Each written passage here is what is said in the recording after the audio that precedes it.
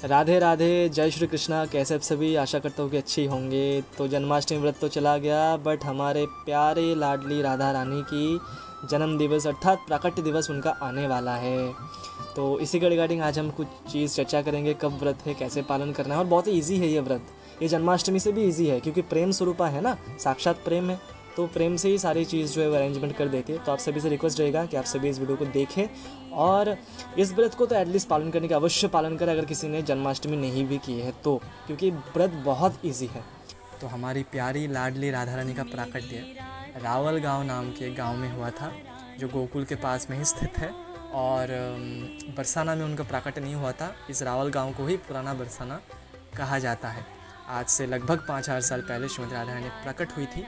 जैसे हमने पहले भी बताया है, आप इस वीडियो में अगर न्यू हैं तो आप मेरी वीडियो राधा कृष्ण की मामी थी या नहीं, इस टॉपिक पर एक वीडियो है जो मैं डिस्क्रिप्शन बॉक्स में लिंक दे दूंगा, आप वो देख सकते कि राधा रानी जो है वो आयोनि संभवा कहा गया है कि उनका जन्म नहीं हुआ है, वो प्रकट हुई है।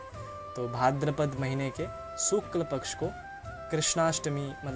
शुक्ल पक्ष के अष्टमी तिथि को श्रीमती राधा रानी का प्राकट्य हुई थी रावल गांव में। ठीक है, कृष्ण पक्ष के अष्टमी तिथि को कृष्ण का हुआ था और उससे 11 महीने 15 दिन पहले राधा रानी का प्राकट्य हुआ था। तो हमारी राधा रानी कृष्णा ही है, कृष्णा ही राधा है, इसमें कोई भेद नहीं है, वो दोनों ही प्रेम है।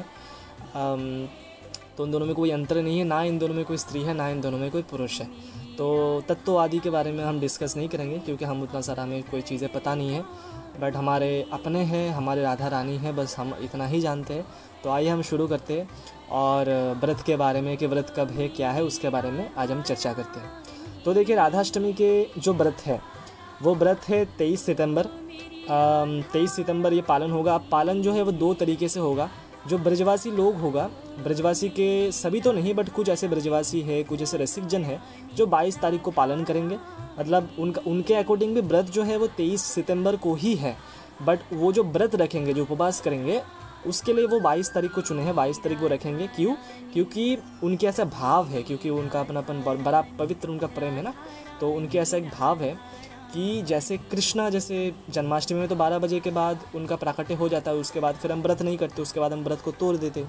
तो वैसे ही श्रीमती राधा रानी के जन्म, उनका प्राकट्य दिवस के बाद अगर हम व्रत करें तो उसका क्या मतलब, हम क्यों व्रत करें उसके बाद? हम उसके बाद व्रत नहीं करेंगे, उसके पहले हम व्रत करेंगे।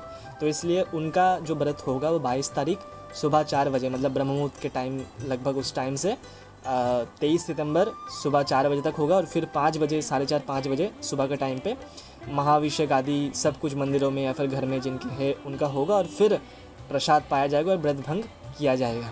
अब 23 सितंबर अगर हम शास्त्रीय विधान से देखें तो 23 सितंबर शास्त्रीय विधान है कि 23 सितंबर मनाना है। उसका हम कुछ चीज़ें शेयर करेंगे कि कैसे मनाना है, क्या मनाना है। और एक चीज़ मुझे शेयर करना था कि जैसे ये जो तिथि लगने वाली है वो है 22 सितंबर। राधाष्टमी व्रत की जो तिथि है वो लगने वाली है राधाष्टमी के, वो है 22 सितंबर दोपहर के 1:35 से लगने वाला है। और ये छूटेगा 23 सितंबर दोपहर को 12:17। कोई बोल रहे 27 मिनट, तो आप थोड़ा वो देख लीजिएगा। तो इस टाइम तक ये व्रत की तिथि रहेगा। और पूजा की कुछ मुहूर्त के बारे में कुछ जगह पर बताया गया है, जहाँ पर ये पूजा के कुछ मुहूर्त के बारे में बताया गया है कि 23 सितंबर, चाहे व्रत 22 तारीख को करो या फिर ब्रजवासियों को तो अलग होती है, ठीक है ना। ब्रजवासी तो एकदम सुबह सुबह ही वो एकदम श्रीमती राधा रानी को नहाला धोला कर, मतलब उनको पंचामृत से अभिषेक करके एकदम उनको मतलब तैयार करके वो एकदम अपने महोत्सव पर वो स्टार्ट हो जाएंगे। तो उनकी तो मतलब वो शास्त्रीय विधि विधान से कई मतलब ऊंची स्थिति है, बट फिर भी जो करना चाहते हैं उनके लिए मैं बता रहा हूँ कि 23 सितंबर बोला गया है कि 11:01 से 1:26 23 सितंबर को ये पूजा की विधि है। तो सबसे बेटर होगा कि आप 23 सितंबर को अगर आप व्रत रखते हो, ठीक है ना, चाहे आप एक भुक्त रखो, चाहे आप एक बार ही व्रत रखो कि 12 बजे के बाद आपको व्रत टोटली आपको भिन्न मतलब छोड़ देना है, तो भी क्या करना है आपको 12 बजे उस टाइम में आप राधा रानी अगर आपके घर में हैं तो आप उन्हें भोग लगाइए उस टाइम, और फिर आप तिथि छूटने के बाद ही बेटर होगा कि आप पा लीजिए। अदरवाइज 12 बजे के बाद भी जैसे आचार्यगण कहते हैं कि आप पा सकते हो। और एक चीज़ मुझे बताना है कि अगर किसी के घर में छोटे स्वरूप में राधा रानी या फिर राधा कृष्ण की इकट्ठे में विग्रह है, कोई भी स्वरूप में राधा रानी अगर किसी के घर में अगर मौजूद है, तो मैं बता देना चाहता हूँ कि अगर वो पंचामृत से अगर अभिषेक करना चाहता है, ठीक है ना, तो वो सखी सहचरी या फिर वात्सल्यमयी मातृ स्नेह भाव में ही, वात्सल्यमयी भाव में ही राधा रानी की सेवा कर सकती है। अन्य भाव में, पुरुष भाव में, भोक्ता भाव में राधा रानी की सेवा नहीं कर सकते। अगर कोई पुरुष देह में भी है और वो अगर ये उनके मन में अगर ये भावना है कि मैं पुरुष हूँ, तो वो नहीं कर सकते। एटलीस्ट उस टाइम अगर आप सेवा करनी चाहते हो तो उस टाइम आपके भाव जो है बदलना पड़ेगा, क्योंकि आचार्यों का ऐसे ही निर्देश है और उसके पीछे कारण भी है, ठीक है ना। इसीलिए आप देखोगे कि राधा रानी जो है ब्रिज के जो 3 डार्लिंग्स बोला जाता है, जैसे हमारे राधा वल्लभ जी, राधा वल्लभ लाल, राधा रमन लाल और बांके बिहारी लाल, इनके पास राधा रानी प्रकट रूप में, एज ए प्रकट विग्रह के रूप में वो मौजूद नहीं है।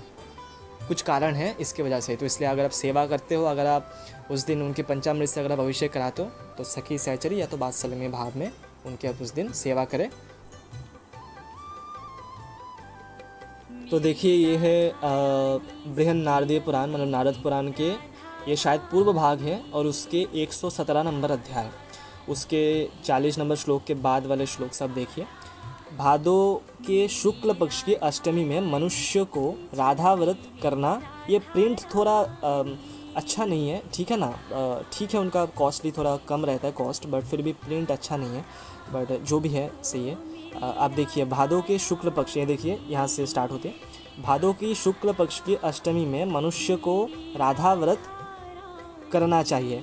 पहले की तरह राधा की स्वर्णमयी प्रतिमा को कलेश पर रखकर पूजा करें। मध्याह्न में इनकी पूजा कर एक भुक्त करे, इनकी पूजा कर एक भुक्त करे। व्रती यदि उपवास कर सके तो बहुत अच्छा। दूसरे दिन सौभाग्यवती बनिताओं को खिलाकर प्रतिमा गुरु को समर्पित करके स्वयं भोजन करें। मतलब यहाँ पर विधान दिया जा रहा है, अगर हम शास्त्र को देखें तो राधाष्टमी के दिन ही हमें पूरा दिन हमें उपवास रखना है और एक भुक्त व्रत हम करें। और एक भुक्त व्रत मतलब हम जो 12 बजे मतलब मध्याह्न मतलब 12 बजे के बाद हम श्रीमती राधा रानी को हम भोग लगाए और उनको भोग लगाकर हम वो प्रसादी पाए। चाहे आप अन्न भोग लगाओ, चाहे आप अन्न के साथ और भी कोई चीज़ लगाओ या फिर अन्न ना लगाओ। जैसे राधा रानी को जो प्रिय है वो भी मैं यहाँ पर बीच में क्लियर कर देता हूँ कि राधा रानी के जो प्रिय है वो बहुत ही प्रिय है। उनको मालपुआ बहुत प्रिय है। उनको अरबी के सब्ज़ी बहुत प्रिय है, अरबी के तरकारी भाजी सब्ज़ी उनको बहुत प्रिय है। अरबी मतलब बंगाली में अरबी को कोचू कहा जाता है, उसे बंगाली में कोचू कहते हैं। सो वो राधा रानी को बहुत प्रिय है और राधा रानी को खीर बहुत प्रिय है। तो राधा रानी को इस दिन अच्छे से भोग लगाइए जितना आपसे हो सके। जैसे मैंने पहले दिन भी कहा था, अगर पॉसिबल नहीं हो पाता, अगर घर वाले ऐसे साथ नहीं देते हैं तो जो भी हो पाया आप मन से भाव लगाकर या फिर अन्न प्रसादी थोड़ा उनको भोग लगाइए और वो भोग आप पा सकते हैं। और यहाँ पर जैसे बोला गया कि आप अगर चाहे तो पूरा दिन आप व्रत कर सकते हैं उपवास, अदरवाइज़ आप ऐसा कर सकते हैं कि एक भुक्त मतलब एक बार वो 12 बजे के बाद आप उनको प्रसाद लगाकर आप एक बार खा सकते। और अगर ज़्यादा दिक्कत हो तो आप एक बार खा के रात्रि के टाइम पर आप फलाहार कर सकती है। ये शास्त्रीय विधान है। और ब्रजवासी का तो भैया उनका तो प्रेम भाव है तो वो वैसे पालन करेंगे। तो आपको इसमें से कौन सी चीज़ पालन करना है वो आप थोड़ा देख लीजिएगा कि आपको 22 तारीख वैसे पालन करना है। और सुबह के 4-5 बजे आपको पूजा वगैरह करके उनको अभिषेक वगैरह करके अगर आपके घर में है या फिर मन ही मन उनका भजन वगैरह गा के उनको थोड़ा भोग लगा कर पाना है। या फिर आपको 23 तारीख करना है 12 बजे के बाद आपको प्रसाद पा के एक भुक्त या फिर पूरा दिन आप उपवास करें, जो भी है वो आप देख लीजिए। तो इस दिन आप खूब राधा रानी को कृष्ण कृष्ण नाम का जप सुनाएं, कृष्ण नाम सुनाएं, युगल नाम सुनाएं, राधा राधा कीर्तन करें और राधा कृपा कटाक्ष, राधा सहस्र नाम या फिर वृंदावन की महिमा उनका आप सुनाएं। उनको आपको जितने भी वाणी में सामर्थ्य दिया है राधा रानी उनके अनुसार आप उन्हें सुनाएं। वृंदावन की महिमा, यमुना महारानी की महिमा। अगर आप सुना नहीं सकते तो कहीं पर कोई अगर प्रवचन कर रहे तो वो प्रवचन आप सुनाएं ऐसे, क्योंकि श्रीमती राधा रानी ये कहा है कि जहाँ पर ब्रज नहीं, जहाँ पर वृंदावन नहीं, जहाँ पर गिरिराज महाराज नहीं, वहाँ पर मैं नहीं। तो वो वहाँ पर वास नहीं करते जहाँ पर यमुना जी नहीं है, वो जहाँ पर ब्रजभूमि नहीं है और जहाँ पर गोवर्धन महाराज नहीं है। उन्होंने साक्षात अपने मुख से कहा है। तो सबसे पहले तो कृष्ण नाम, युगल नाम, राधा नाम और राधा कृपा कटाक्ष, राधा सहस्र नाम और भजन कीर्तन जितना भी हो पाए 22 तारीख 23 तारीख पूरा दिन अपने जीवन को राधा रानी के चरणों में समर्पित कर दें, ठीक है। तो ये है शास्त्र की कुछ चीज़ें। और अभी हम आपको जो है राधाष्टमी व्रत के बारे में कुछ चीज़ें शेयर करेंगे। राधाष्टमी व्रत बहुत ही गुप्त है, जैसे राधा रानी साक्षात बहुत गुप्त है। तो राधाष्टमी के व्रत के बारे में ज़्यादा कुछ मैं नहीं कह सकता, उनके कहाँ पर क्या आया है उसके बारे में भी ज़्यादा कुछ शेयर नहीं करूँगा। बहुत ही छोटी सी कुछ चीज़ें मैंने यहाँ पर दिखाया है, और वो भी शास्त्र की कोटेशंस किए बिना कि कहाँ पर ये आता है, क्योंकि शास्त्र कहता है ऐसा। ये बात सारे कहने के बाद यहाँ पर कहते हैं, आप देख सकते हो कि ये इंस्ट्रक्शंस है कि इति ते कथितं वत्स्य त्वया पृष्ठ च यद्वच गोपनीयं गोपनीयं गोपनीयं प्रत्नत। मतलब जैसे बताया जाता है ना कि मद इष्ट देव कांता है, भगवान साक्षात शिव ये कह रहे हैं कि मेरी जो इष्ट की जो कांता है, मतलब राधा रानी की बात कह रहे हैं, वो अतीब गोपनीय है। तो सिर्फ राधा रानी तो गोपनीय है ही, बट उनके जन्म दिवस के लेकर, उनके प्राकट्य के व्रत के लेकर भी वो जो चीज़ है वो अत्यंत गोपनीय है। इसीलिए कहा कि गोपनीय गोपनीय गोपनीय प्रत्नित, अर्थात इस प्रकार हे बालक, मैंने जो बात तुझसे कही है वह गुप्त रखनी है, सावधानी से गुप्त रखनी है। इसलिए सभी चीज़ तो शेयर नहीं करूँगा, बट कुछ चीज़ें आपके सामने मैं लाया हूँ, आप ये देख लीजिए।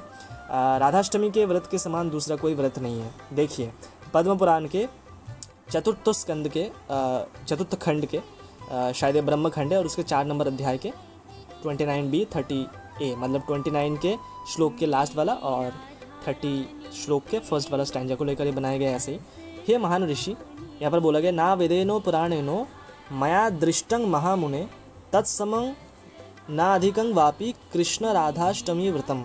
हे महान ऋषि, मैंने वेदों और पुराणों में कृष्णा राधाष्टमी व्रत के बराबर या श्रेष्ठ कोई व्रत नहीं देखा है। मतलब इस राधा रानी और कृष्ण जन्माष्टमी और राधा जन्माष्टमी के जो व्रत है, ऐसे महान या फिर इससे श्रेष्ठ या फिर इनसे बराबर और दूसरा व्रत ऋषि बता रहे हैं कि मैंने ऐसा नहीं देखा, ना वेद में ना पुराण में। तो इसके महिमा का आपको पता ही होगा, और ये सारे वचनों से भी उनका महिमा का पार नहीं लगाया जा सकता। तो आइए हम पढ़ते हैं कि यहाँ पर क्या लिखा गया है, थोड़ी बहुत उनके जो महिमा गाया गया है, जो दिया गया है यहाँ पर कि हे बालक, राधा जन्माष्टमी व्रत का वर्णन ध्यानपूर्वक सुनो। मैं तुम्हें संक्षेप में सारा वृतांत बताऊंगा। हे नारद, हरि को छोड़कर इसके पुण्य फल को बताना किसी के लिए भी संभव नहीं है। मतलब हरि को छोड़कर कोई बता ही नहीं सकता इसका एक्चुअली क्या फल है। ब्राह्मण की हत्या जैसा वह पाप उन लोगों का एक क्षण में नष्ट हो जाता है जिन्होंने इस करोड़ों जन्मों के माध्यम से अर्जित किया है, जब वह श्रद्धापूर्वक इसका अर्थात व्रत का पालन करते हैं। राधा जन्माष्टमी का धार्मिक पुण्य उस फल से 100 गुना अधिक होता है जो एक व्यक्ति 1000 एकादशियों का उपवास करके प्राप्त करता है। मतलब 1000 एकादशी अगर कोई पालन करता है तो उसका जितना फल है उससे आप 100 मल्टीप्लाई करो तो उसका जितना फल होगा उतना फल आपको प्राप्त होगा। मतलब 1 लाख एकादशी का व्रत का फल यहाँ पर कहा गया है। बट ये सिर्फ इतना ही नहीं है, इससे भी परम्पार है। उन्होंने पहले इसलिए कहा कि इस व्रत का जो फल है वो हरि के बिना कोई बता नहीं सकता, बट ये वास्तव में ब्रह्मदेव बता रहे हैं। तो उनके दिमाग में जितना आया है भगवान की कृपा से वो उतना ही बता पाए हैं, ठीक है। तो उसके अनुसार भी 1 लाख एकादशी, जो एक एकादशी आपको मुक्ति देने में समर्थ है, वो 1 लाख एकादशी के समान पुण्य फल ये प्रदायनी ये व्रत है। एक्चुअली पुण्य फल नहीं देता, पुण्य पाप से ऊपर की ये व्रत है। अब आप अगर चाहे तो पुण्य भी प्राप्त कर सकते हो, बट वो भी बंधन का कारण ही होगा। तो सबसे बेटर है कि जो भी ये व्रत पालन करते हैं वो इस फल को निष्काम भाव से करे कि हमारे लाडो, हमारे राधा रानी प्रकट हुई है। जैसे हमारे घर में कोई लाली जन्म लेते हैं, हमारे घर में कोई बच्चे प्रकट होते हैं, तो हम जैसे आनंद होते तो एकदम आनंद में नहाना खाना पीना सब कुछ भूल जाते। तो वैसे ही आप इस दिन सब कुछ भूल कर राधा रानी की ये व्रत करिए। राधाष्टमी का एक बार व्रत करने से जो पुण्य मिलता है वह मेरू पर्वत के बराबर सोना देने से मिलने वाले फल से 100 गुना अधिक होता है। राधाष्टमी से लोगों का वह फल प्राप्त होता है जो पुण्य उन्हें 1000 कुवारियों का विवाह करके प्राप्त होता है। मनुष्यों को कृष्ण की प्रिय अष्टमी अर्थात राधाष्टमी का वह फल मिलता है जो उसे गंगा जैसे पवित्र स्थानों में स्नान करने से मिलता है। यहाँ तक कि जो पापी इस व्रत को लापरवाही से, बहुत ध्यान से ये बात सुनने वाली बात है कि जो पापी इस व्रत को लापरवाही से या श्रद्धापूर्वक करता है वह अपने परिवार के 1 करोड़ सदस्यों के साथ विष्णु के स्वर्ग अर्थात वैकुंठ में जाता है।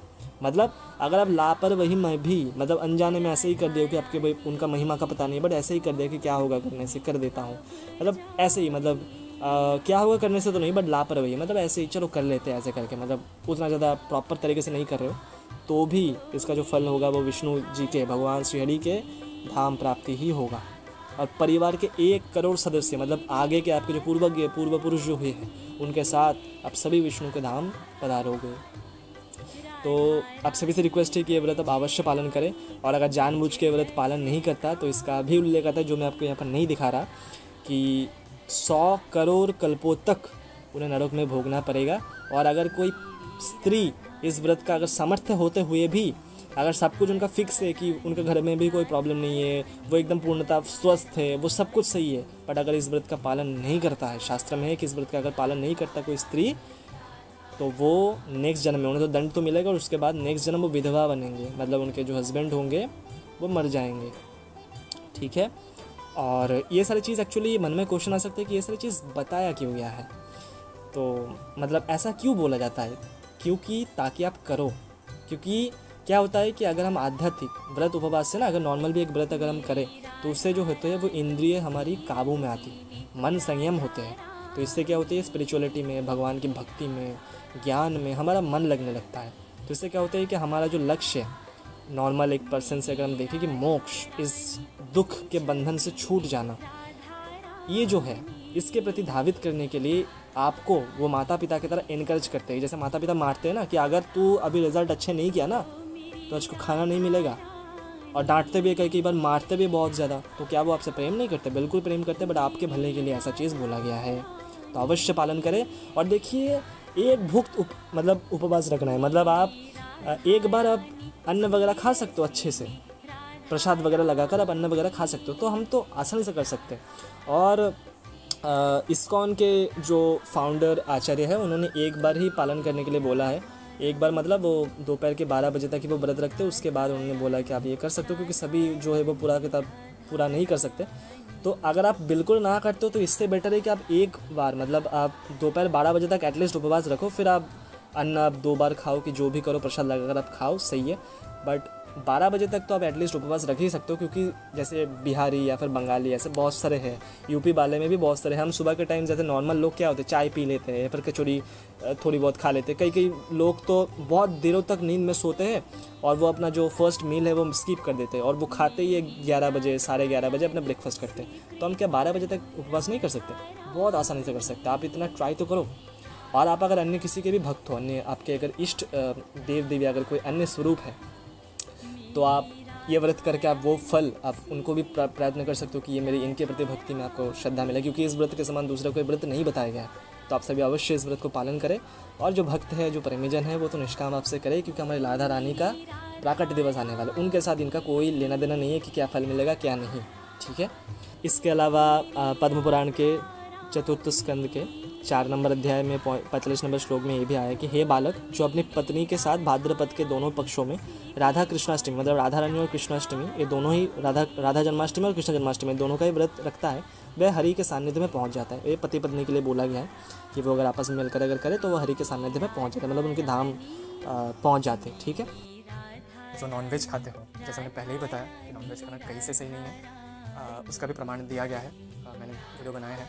बट अगर आप फिर भी अगर आप खाते हो तो एटलीस्ट प्रयास करें कि 22-23 को तो बिल्कुल ना खाए, बिल्कुल नहीं। क्योंकि जिस दिन साक्षात प्रेम का प्राकट्य हुई है धरती पर, उस दिन अगर आप हिंसा का समर्थन करोगे तो कुछ नहीं कह सकता मैं कि कब आपका उद्धार होगा, कोई भी नहीं कह सकता। और एक चीज़ है कि इस दिन हिंसा का अर्थ सिर्फ जीव हिंसा भी नहीं है। इस दिन किसी के साथ कोई भी बैर नहीं रखना है। कोई अगर आपको मारे पीटे जो कुछ करे, कहीं पर अगर रास्ते में ऐसे झंझट हो जाए, कहीं पर भी किसी के सामने भी, बिल्कुल अगर आप बिल्कुल गुस्सैल स्वभाव की हो, कुछ भी गुस्सा आ रही हो, बिल्कुल इस चीज़ को कंट्रोल कर जाए और कदापि उस दिन भूल ना कर बैठे। ठीक है। तो जाते जाते आप सभी को हमारे प्यारे लाडली महारानी की जो प्राकट्य स्थली है उसका दर्शन कराते हैं। सभी दर्शन करें और जय जय श्री राधे श्याम। बोलो लाडली लाल की जय।